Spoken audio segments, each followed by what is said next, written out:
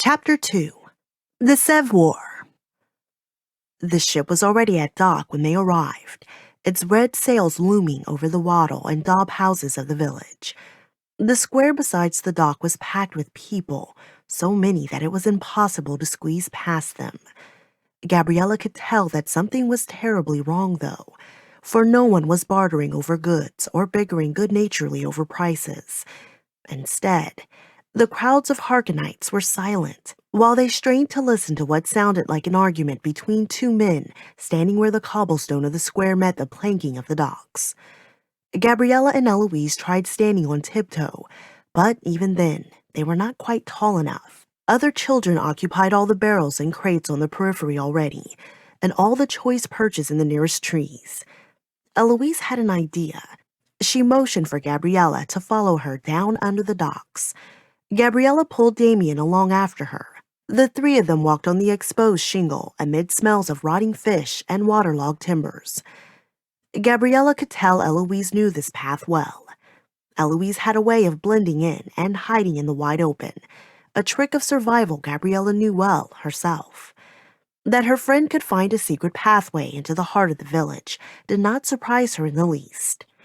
What did surprise her was the sight of the foreigners, men of wealth and power, attended to by men of war with weapons of steel, not a simple wood club or bone spear among them. They were harsh-looking men, not dressed as sailors, but rather as mages, with black tunics and trousers beneath velvet, midnight blue cloaks. Their belt buckles were a dull, unpolished metal that did not reflect the light. In contrast to the sobriety of their dress, each wore a necklace with a broken ring upon it, hanging like a golden sea against their breast. These sparkled and shone in the intermittent sunlight. Their attendants wore boiled leather armor and ringmail shirts. Some wore helmets. Those who were bareheaded had closely shorn hair that revealed tattoos coiled like snakes around their scalps. Some had bones stuck through their noses and earrings that ran in shiny rows up the sides of their ears. Two of the visitors stood on point, in front of the others, just where the docks met the courtyard, halted, as if by a sense that they were welcome no further. Eloise led Gabriella and Dameon up a muddied embankment so they could get a better look. The two men at the lead were a great contrast to one another. One stood tall in a carmine cloak lined with black with what looked like silver lettering, runes, sewn into the border that Gabriella could not read. His skin was smooth and unblemished. He carried no weapon save a short sword with a jeweled hilt. His companion was shorter, stockier, and wore sleeveless mail. His weapons, a throwing axe across his back and a scimitar on his belt, were nicked and scratched, the marks of many battles. The short man's face was scarred and pitted, his nose flattened as if broken many times. Yet, despite their differences, each man's face, with high cheekbones and wide-set eyes, had a serpentine quality. Even their mouths were wide and thin-lipped. Gabriella concluded that they must be brothers or cousins at least. Chief Salinger stood, along with the elders of Harkness, to greet the visitors. Gabriella felt the heat rise to her face when she realized how close they were to the chief. His stance was wide, his shoulders squared, and his chin pointed upwards, the expression on his face one of quiet confidence. He was young for a chief, but in that moment, Gabriella saw why he had been elected out of all the Harkness elders. Everything about him bespoke leadership. "He is so handsome," Gabriella said, clutching Eloise close to her, still shaking. Whether it was from cold or pure excitement, she didn't know. But she did know that whenever she was close to the chief, her head felt as if it were full of wind, her stomach full of feathers, and her heart pounded like a smithy's hammer. The man in the carmine cloak introduced himself as Sade of the Sev War. Whether the Sev War were a tribe or a state, Gabriella was not sure. "Perhaps they are an order of mage," Eloise said. "Shh," Gabriella said, trying to listen. She wrapped her arms around herself, her wet clothes making her cold. "We are here to offer a bid on the land that is for sale on the eastern side of the harbor," Sade said. It was noteworthy that he identified the land this way, for everyone knew which land he meant. The land next to the Dark Tower, the Tower of the Dead. "This land is not for sale," Salinger said. "It is adjacent to grounds that are sacred to our people." Of course, every villager in Harkness knew this. Every soul in the archipelago knew Harkness by its other name, the Isle of the Tower, the tower that stood as a portal between the world of the living and that of the dead. The coins of Harkness were stamped with it. Ships sailed past the mouth of the harbor so crews could take a look for themselves. It was a center of life for those who lived here and legendary in the islands of the Northern Sea. By their accented oceanic, Gabriella could tell these men were not from the archipelago. "We heard otherwise," Sade said. At this point, a voice called out from the crowd. "You heard correctly, my Lord Sade." Mab Miller, merchant, miller, and owner of the land, stepped out of the wall of Harkonites gathered on the cobblestone to a chorus of boos.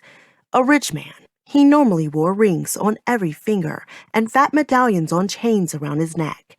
But this day, he had forsaken the ostentatious and was dressed modestly in skins and furs like an ordinary Harkonite. "He's making a show of being indigent," Eloise said. Gabriella agreed and wondered herself what Mab was up to. "The price is 300 pounds of gold," Mab announced. The crowd broke into a fury. Harkonite screamed and cursed Mab for his greed, his disloyalty, his betrayal. A head of cabbage flew through the air and landed at his feet, the leaves spreading out on the cobblestones. Salinger called for silence. His people obeyed. "Mab," the chief said, "you know the law as well as I do. A Harkonite might not sell land to foreigners unless the people of Harkness have had done moon to raise an equal amount. If the Harkonites produce such a sum, the land reverts to them." "It's an old law," Mab said. "Because it's old does not mean we shall not follow it. Our forefathers put it in place for a reason, to keep our lands in the hands of our people. We trade with foreigners all the time. It is the lifeblood of the island." "Not land. Not these lands.